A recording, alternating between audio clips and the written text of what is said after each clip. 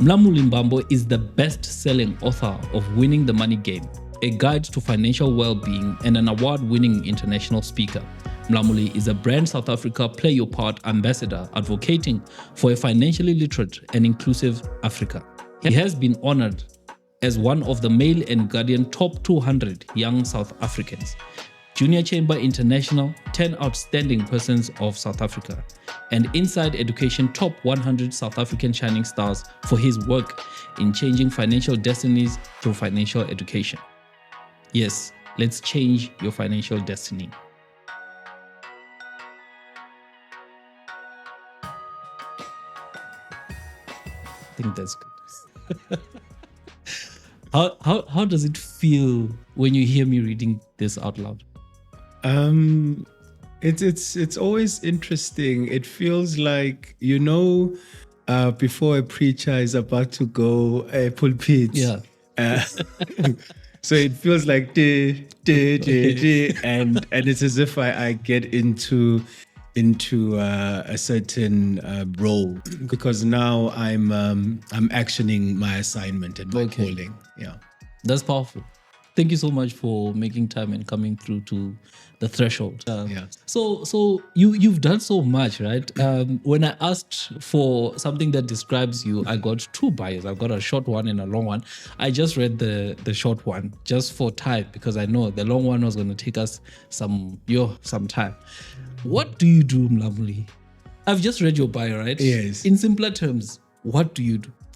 I help people have conversations about money. Okay. And improve their relationship with it. All right. Which then leads to better financial outcomes. Oh, powerful.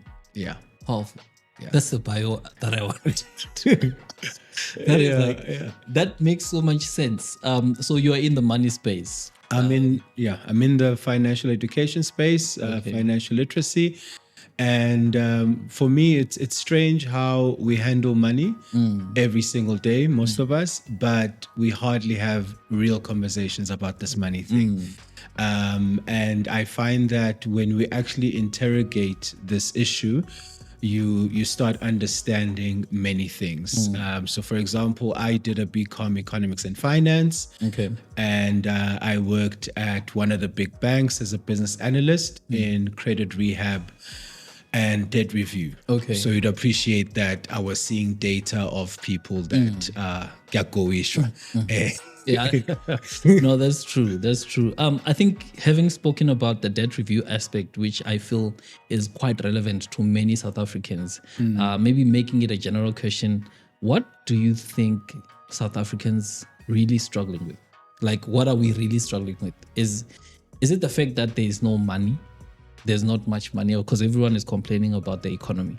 Is it our perception of money, right? Or what we know about money? Is it our relationship about it? Because I've got so many questions in terms of saying, when it comes to this money issue, because other people say poverty is in the mind and stuff like that. So I'm glad I have you in studio to actually just unpack that for us. What, as South Africans, what are we really struggling with when it comes to the money aspect? All right, so it's multifaceted. Okay.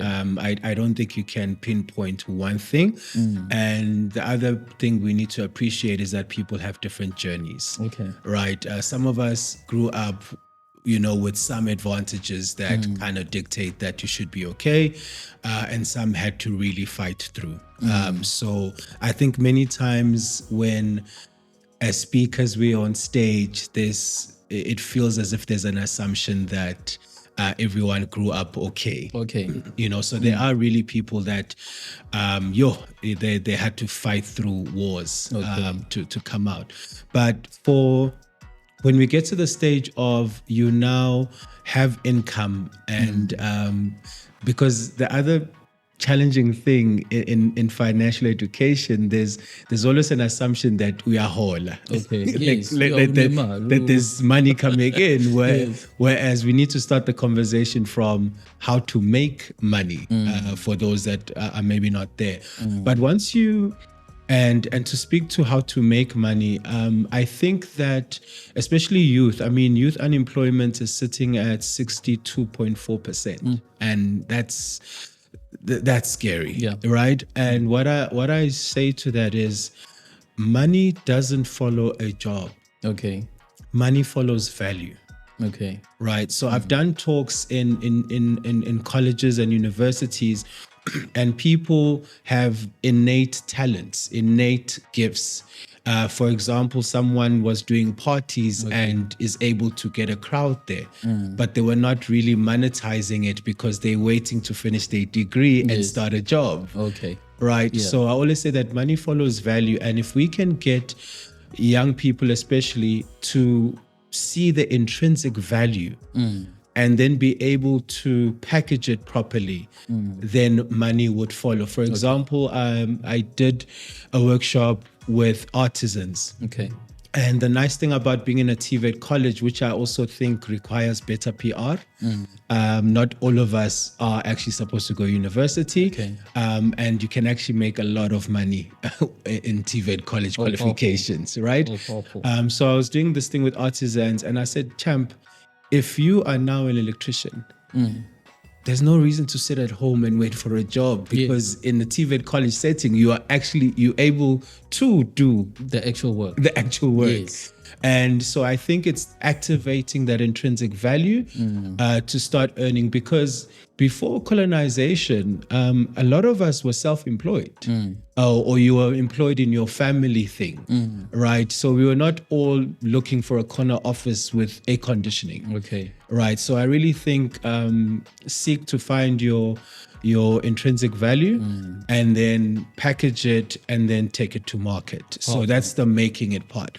And then once it comes in, that's where I get we tend to, because one of my talks is that one of the talks that I deliver is capital is the new cattle. Okay. And what do I mean by that? So there was when I was younger, I would visit Mtwalum, my family farm, and Saslusa, I would help the loosering thing, like shepherding the cows and see it deepin, go forex in. For some reason, cows have to be up that early. And I knew so much about cattle, right? As a very young kid. And that time, cattle was our wealth. And yes, it still is, but it was more pronounced. Okay. And I feel that if we were to have a similar relationship that we had with cattle, with capital or with money, we would stand a far better chance of operating well in this thing. Okay. Because right now, money comes into most people's account, etc., and it leaves just as quickly. True. One of my questions in the workshop is, would money marry you? Would money date you? And most people want to say yes, right? But the challenge begins when I say, how do you treat money? Yeah. Am I attractive to money? Yes. Do you go on money dates? Okay. Money dates is going through your bank statements. Do you know what money likes? Reading up on the topic of money. For example, I grew up loving football. Okay. So Ikikoff was, something I read often. I played soccer often. Okay. So at that time, soccer would have married me. But now I grew up and Kaizer Chiefs and Arsenal. It's been difficult. So maybe I've taken a step back. But would money marry you given how you're in relationship with it? I think there's power in what you're saying. But going back to the money aspect as well, you've got a book. I mean, I've got a copy, guys. I've got a copy. Yeah. I just don't have it here. But we'll show you the copy. Tell us a little bit about the book that you wrote, because I feel like it speaks volumes to this discussion. But maybe before you get into it, tell us about the reason why you would go and, write a book of that nature. Okay, so there was a time okay, I sounded more like this, right? Okay. And was basically a corporate yuppie, did the economics and finance degree, got into a graduate program, and, just climbing the corporate ladder. Nice. And to a large extent oblivious to most things, right? And the weird thing is that I was working in debt review and credit rehab, and I was probably 2 paychecks away from joining it myself, because I had the GTI. I stayed in a place where I probably should not have been staying yet. So I was making the classical mistakes of a young employed person. And as I was in that journey, my mother passed. Oh, so sorry. My mother passed, and I've got 2 younger brothers where the age gap is quite pronounced. Okay. And they were still in high school at the time. And one of my fears was for me, it wouldn't be worth it to become this big corporate successful person, but my brothers, suffer through this trauma and don't become much. So I made a decision to go back to Durban and to look after that. And I also tried to manage the family business. So the truth of the matter is, before that happened, I had never really failed at something I wanted, know. So in sports, I'd be captain. In school, I had academic colors. In varsity, I was golden key, which means you passed very well. I didn't look for a job. I did internships, and then the bank called and said, "Hey, we see you're done with your degree. Do you want to come?" So life had been very smooth. Okay. And I think because I'd never really struggled, I didn't have an appreciation of how big a task this could be and was. So I went back home to Durban, and everything just went south. Cars repossessed, and various other things, but basically all the things that could go wrong financially went wrong. And then I would ask some of my friends, because if you're appreciated if you've got a BCom, some of your friends were doing accounting and stuff, and they also didn't know these things in terms of the finance things that I was going through. And I was like, oh snap. If you have a finance degree like I do, and if you have accountants around you, but we don't know this thing, clearly there's a difference between studying finance in university and personal finance. 1. 2, how much more if you're a doctor?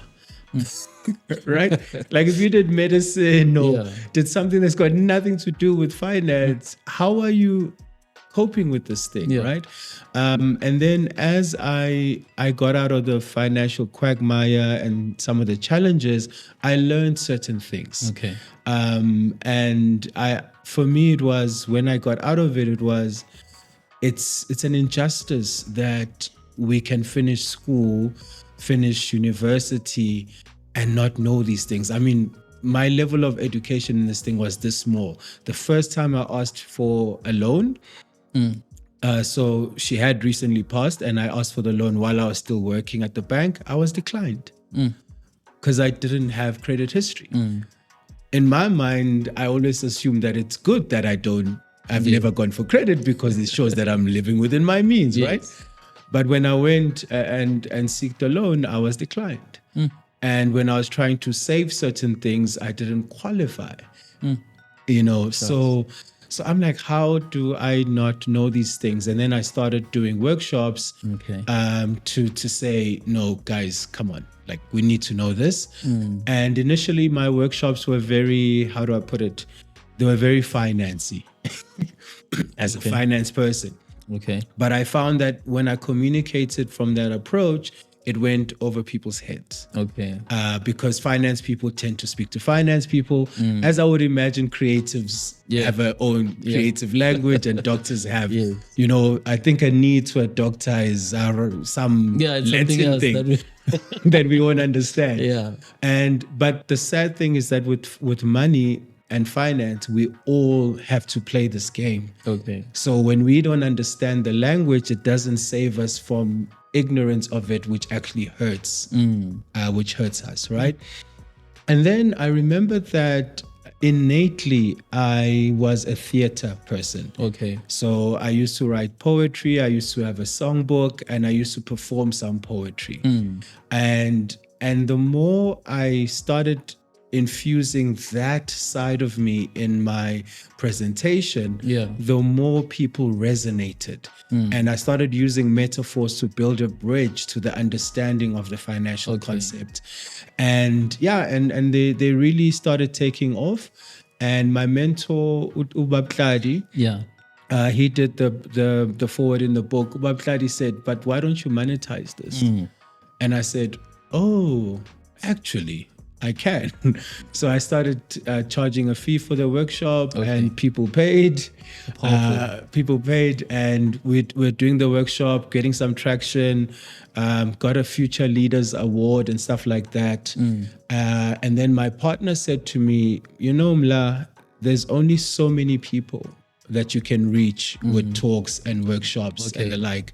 Why don't you write a book? Because you're always reading other people's books. Powerful. And then the beautiful imposter syndrome kicked in. And I said, yes, let's write a book, but I'm still too young. So I grew up at a time where things were done by 50, 60-year-olds, like you're looking back, you're writing your life story. That's how I envision. Yeah, that's the perception that I have. Like, I would have to go back 60 years, and I haven't been to 60 years yet. So exactly. But two things happened. So my partner just brought a light to the fact that there are 20-year-olds writing books, and it's really happening for them. So there's no longer an age barrier in sharing wisdom. Then the second thing that happened was I was invited to be one of the co-authors in a book called Africa 80, Transformation Through Collaboration. Oh, powerful. And we all contributed 2 pages. It sounds a lot fancier than it is. So we all contributed. It was 80 global shapers, World Economic Forum global shapers. We contributed about 2 pages in your speciality, and my contribution, made some of the articles, and the person that curated that said, Mla, actually, I think you should write a book. Like, your writing was beautiful. So that, I think, also gave me some courage. And then the third piece that fought the imposter syndrome was my other mentor, David Wilson. So I told him that, I'm thinking of this book, etc., etc. And at the time, the draft was written. It was in my laptop, and I was just scared to take it further.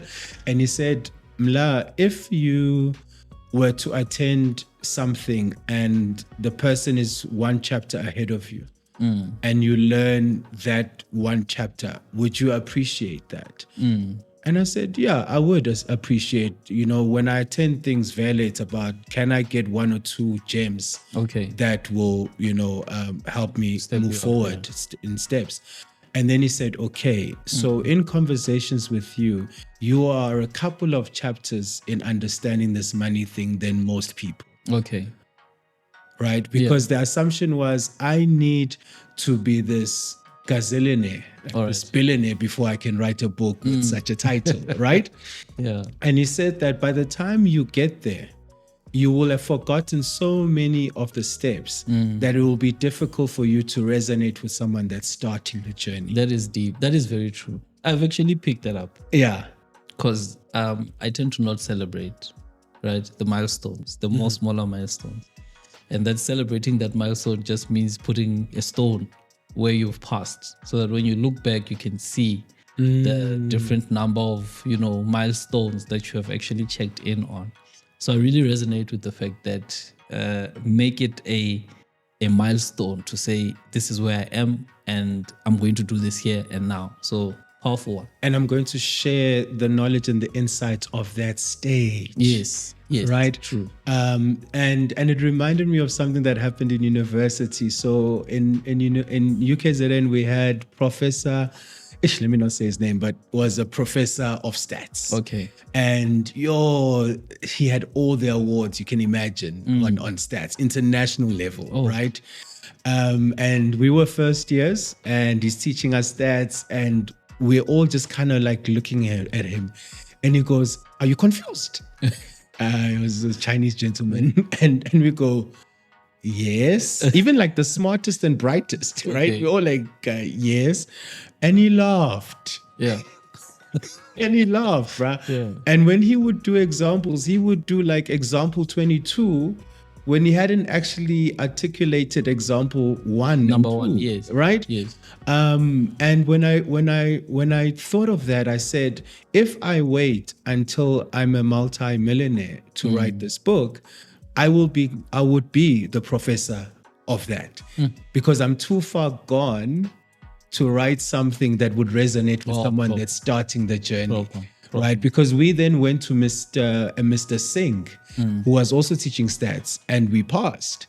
Because Mr. Singh could still relate to us, to our level, right? So that gave me some courage to take the book out of my laptop. And then I found a consultant. I was offered a publishing deal. But unfortunately, the maths in traditional publishing is not it's not attractive. Is it not attractive? It's a bit challenging. You write the book, but you get minority stake. Yeah. And that's a little bit of a pickle, right? For someone who's never written a book before, to actually uncover that information and actually know what you're worth. I think you're next level in that perspective. I mean, this is the first time you're doing this. How do you now stumble into this information when you're like, okay, this is not going to work for me? It was just basic maths. Okay.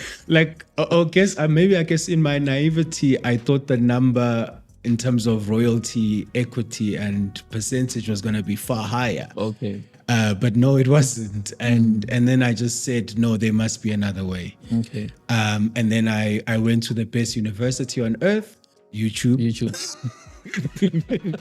Right? Because even in writing the book, I was in YouTube in terms of what makes a story amazing, what makes a story great. So what I did was I wrote the draft, just spit it out. Okay. No, I had the outline, wrote the draft, and I always say that it's co-written with God. Okay. Because some of that wisdom there is beyond me. It's really not me. Like I always go, interesting. That story arc, I don't know where that came from. But we thank you. So in YouTube, there are certain principles about how to position a story. For example, one of the things I always tell authors or anyone that wants to write a book is, I asked them, do you have a hero's journey? Okay. And is your hero's journey clear? Okay. Because if you think about it, all of us are on a hero's journey. That's why we identify with stories and movies that have a hero's journey. Okay. Because we are in our own hero's journey. For example, when you start high school, in grade 8, you're beginning a quest. When you finish in matric, that was your hero's journey. When you start a job, you're beginning a quest. When you start a business, you are definitely beginning a quest. Cannot wait. You know? And then you go through a hero's journey, etc., etc. So when you write a story, do your best for it to have a hero's journey element. And my book essentially has 3 hero's journeys embedded within. Okay. So I found that aspect is quite important. But so I go to YouTube now to check how might I make this happen without losing a lot of equity on it. And then what we have in South Africa, so America and UK has literary agents. That kind of are the middle men or middle people, I guess, to the publishers. In South Africa, we don't really have those. But what we do have now is consultants that assist you to self-publish. But the difference is that you need to pay upfront. And makes sense. Basically bet on yourself or bet on your story that you'll sell enough copies to cover and break even and the like. I think maybe a simple question before we jump into the actual book itself is it still feasible to write and sell a book? Very much so. Okay, that was an obvious one, but I just wanted to make it clear. And why would you recommend that people get into that space? Okay. So, and it's not obvious, eh? I go to book launches, and sometimes I'm a panelist in authorship type of things. And there's this narrative and myth where many authors say, I wrote this book. It's a passion. As we all know, we can't make money with books. It's just a passion, etc., etc. And for me, what I've learned in my journey is that, unfortunately, in the traditional strategy of it, you probably are not going to make a lot of money. Okay. But if you think outside the box and treat your book as a product rather than a book per se, okay, you find that you can actually make a healthy amount. True. Yeah. So I've made good money. Okay. The book is a bestseller.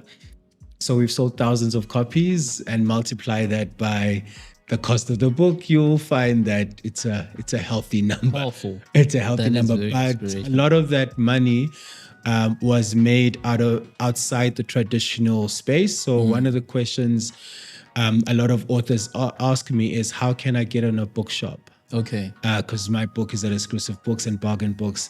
And I tell them, and most times it's just get a distributor. It's a lot easier to do it that way. But that is not enough for your book to really make you a lot of money. You need to have other strategies. One of the strategies that works amazingly well is my book as a gift bag item. So you'd appreciate that when you're at an event, right? You typically get a blank diary.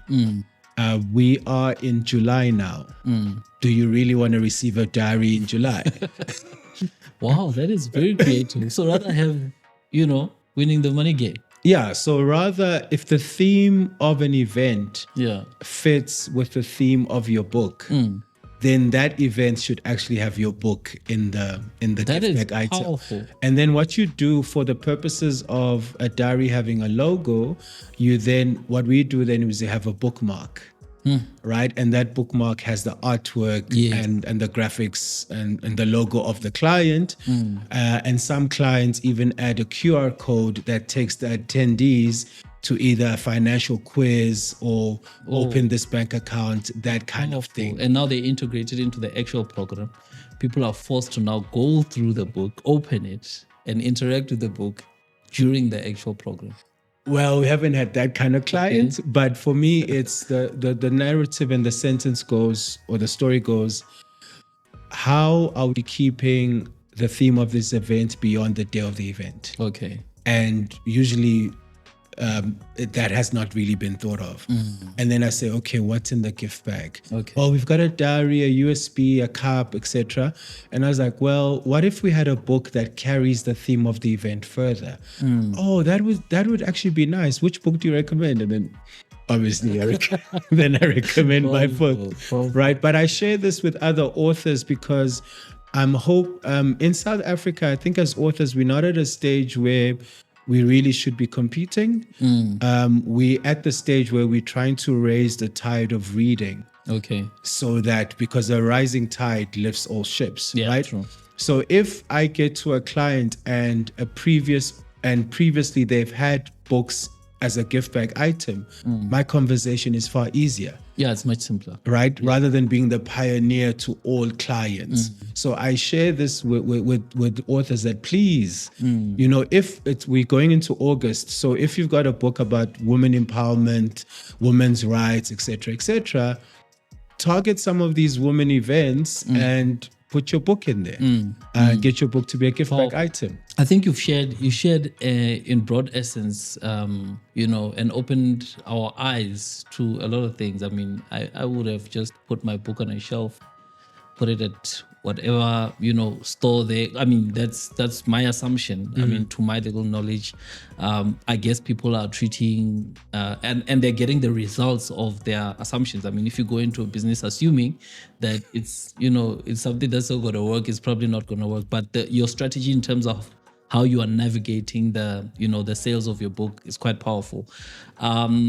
Maybe jumping into the book, give us a highlight why should I personally read your book? If I'm watching this specific episode, why should I read your book? Okay. The question you need to ask yourself is, 1, did I have wealthy grandparents? No. 2, if you did have wealthy grandparents or wealthy parents, have you spoken about money? Right. Why do I say that? Because ultimately the book is you receiving wealthy grandparents. Okay. That have traveled the financial journey and found success. And a great example of you can actually have rich or wealthy parents but not discuss money. Okay. Is the fact that when my mentor read the book in order to do the foreword, it was the first time he actually discussed money with his children. And at the time, his children were like 27, 29. Okay. So although he's done well financially, he had not actually had the conversation with his children about money. Okay. Right. So just because there's money in the household does not necessarily mean that the parents have discussed this thing properly with their children. That's a massive gap that you're highlighting, because then the parents pass on, then they leave the money, but they haven't actually transferred the knowledge. So I don't know how to handle the money you've left me. We've never had that conversation. Yeah, and if you look at the data, many high net worth clients, there's sometimes either the second or the third generation then kind of blows the money because only the money is being left, but not the wisdom. And what the Jewish nation does differently is that in your Bar Mitzvah, your parents and your uncles, etc., start having those money conversations with you. Bar Mitzvah, you're like 12 or 13. Okay. So that you're not just left with money, but you are left with wisdom, which I would argue is more important because King Solomon prayed for wisdom and the money followed, not the other way around. Exactly.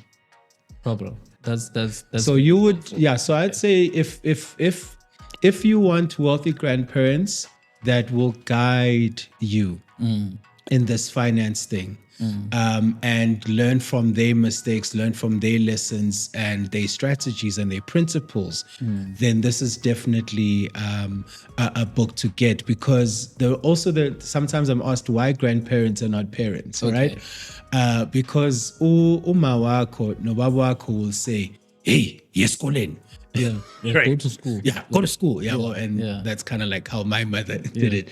But ukulu, my grandmother said, mfana, ufuna ukuba yini masomdala? Yeah. Right? And then I said whatever I said, and she goes, hayi ke, yazi kufanele nje uzimisele esikoleni. Do you see that it's the same advice? Yeah. But it's delivered very differently.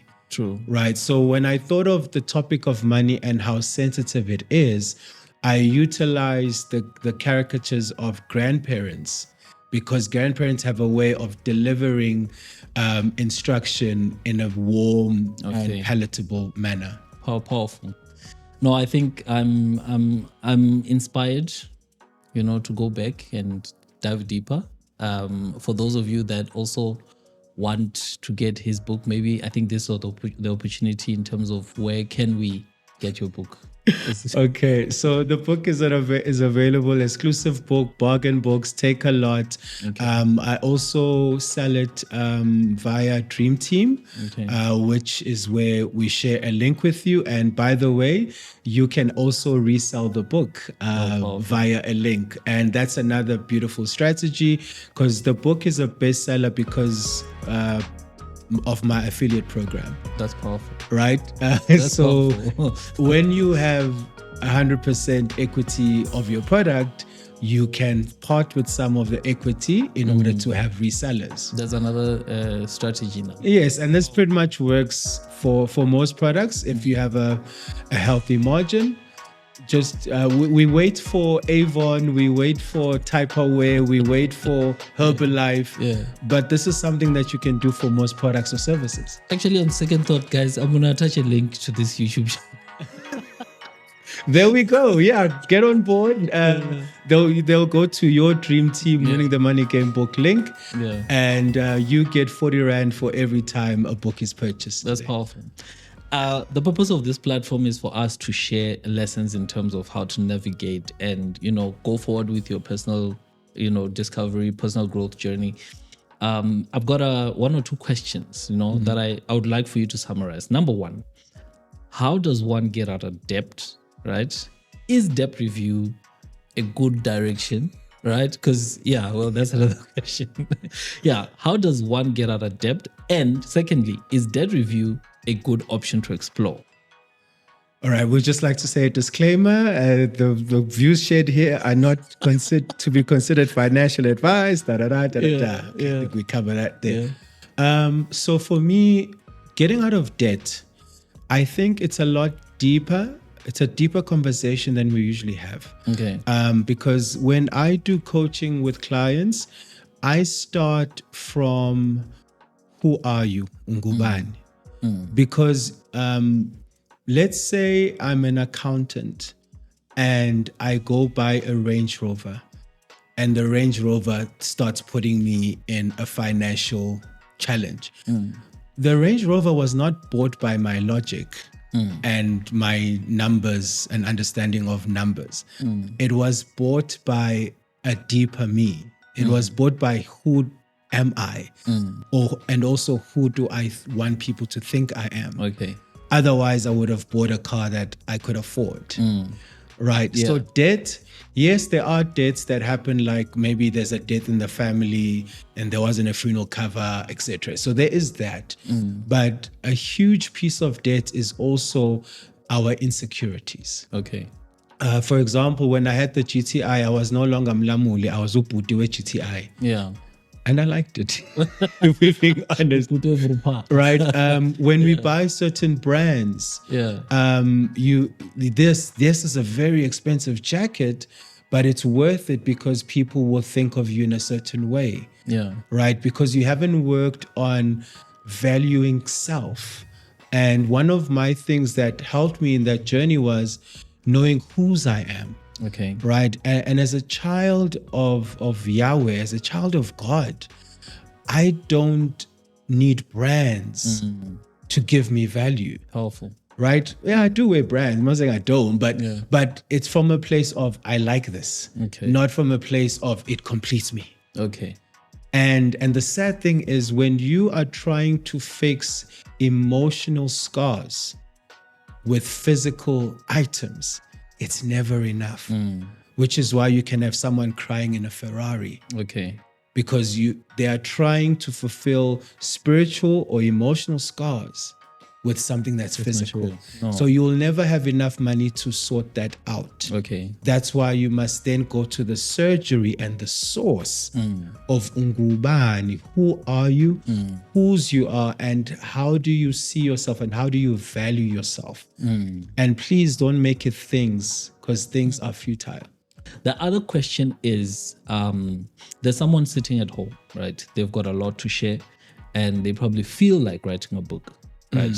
Without going too deep, what are the few steps that they can take in terms of checking feasibility? Because you don't want to just go and jump into a concept that might not work. So what would you advise a person who says, I really want to go at this, I really want to write this book, I want to jump into it? Can I be controversial a bit? Yes. Muzo Mnyama. Yeah. My fellow Black people. Yeah. I think there's way too many stories of our suffering. I find that so many of our stories are about suffering, and predominantly my suffering, like your suffering. Okay. And then you expect thousands of people to buy this book about your suffering. And the question I sometimes ask when an author who's planning a book like that approaches me is to say, what were the lessons from your suffering? Because if you are going to write about your suffering, then there must be a therefore. Okay. So this happened, a story there's this technique in terms of story arc, of writing a story. Please don't write a book that's, and then this happened, and then this happened, and then this happened, and then this happened. That's like my 6-year-old when she's telling me her day at school. Okay. Baba, and then da da da, and then it's cute because she's 6 and I'm a dad, so I have to listen, but it's not exactly captivating. Yeah. So when you write a story, it's and then therefore. Okay. So what's the lesson in your suffering that is then applicable to someone else's life? Okay. But I read and see too many books where and then this happened to me, and then this happened to me, and then this happened to me. And then I just leave your book in a dark place, which, there was a lot of bad things that happened to you, right? So please have a therefore. Okay. So have a lesson. So Mkulu, in my book, Mkulu is struggling with money and then meets someone and therefore learns how to do differently. Okay. So there must be a therefore. The other thing is, what's the promise of your book? For example, when we were setting up here, people will have no appreciation how long it took for you to actually set up. Yes. Right? Yeah. But to be honest with you, Murar, they don't care. That's my problem. They don't care, right? Yeah. So sometimes I feel that as authors, we want to write the process. People don't care about the process. They care about what they will get out of it, also known as the promise. Yeah. So for example, the process in my book is Mfundo having conversations with his wealthy grandparents. But the title and the cover speaks to the promise. The promise is winning the money game. Yeah. So once you see the promise, you are willing to go through the process.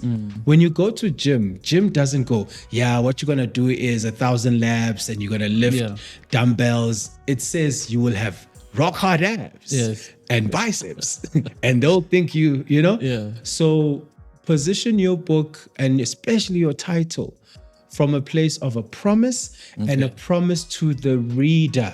Okay. Unless, of course, you are writing a book because you want to heal and you want your family to have it, etc. But if you are writing it to the marketplace, what is the promise to that marketplace?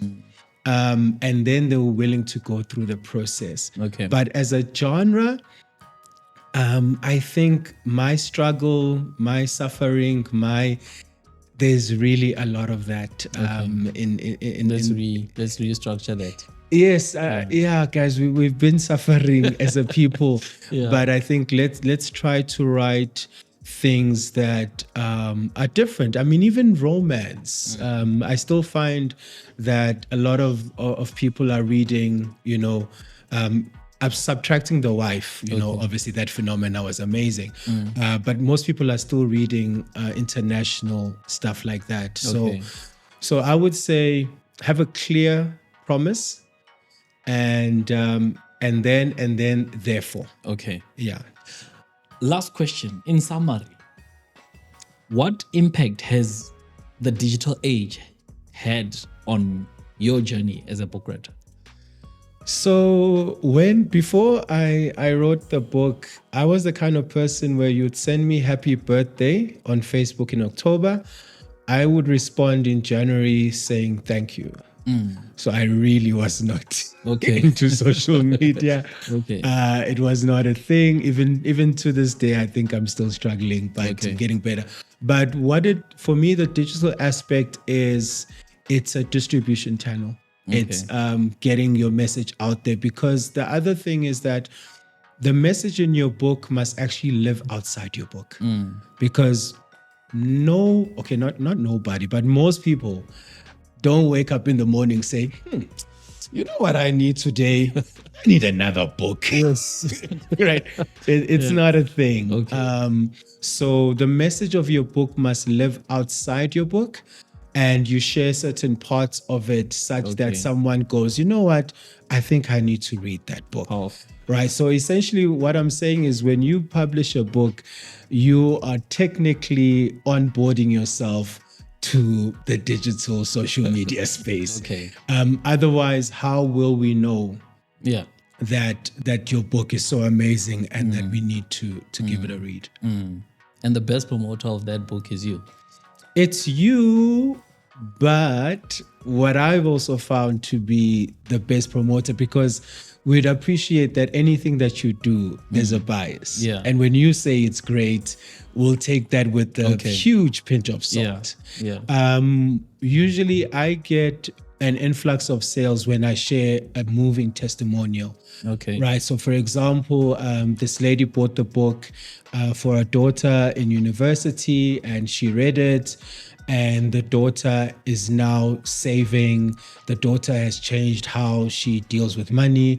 The lady has also implemented some of the strategies in her business. So in that testimonial, someone else sharing that the promise of the book has been fulfilled, then encourages others to want to read and also have the promise fulfilled for them. Powerful. Yeah. And to say, be selfless when you approach the book writing aspect. Don't write from within, but if you make it for the people, then the people will adopt it and run with it. Yes. Thank you so much, Mla, for coming through. I still had a few questions to ask, but in consideration of time, I'd just like to really thank you for making time and coming through to our platform. And you officiate us. We are officially family now, as we have been before. But guys, thank you so much for watching. Today we had Mla coming through and sharing some of his insights. Guys, this man has got a lot to share. I hope that we'll have him here once again soon so that he can unpack some of the more deeper questions that I would have loved to ask. But because of time, thank you so much for joining us, guys. This is Mrado right here on The Threshold.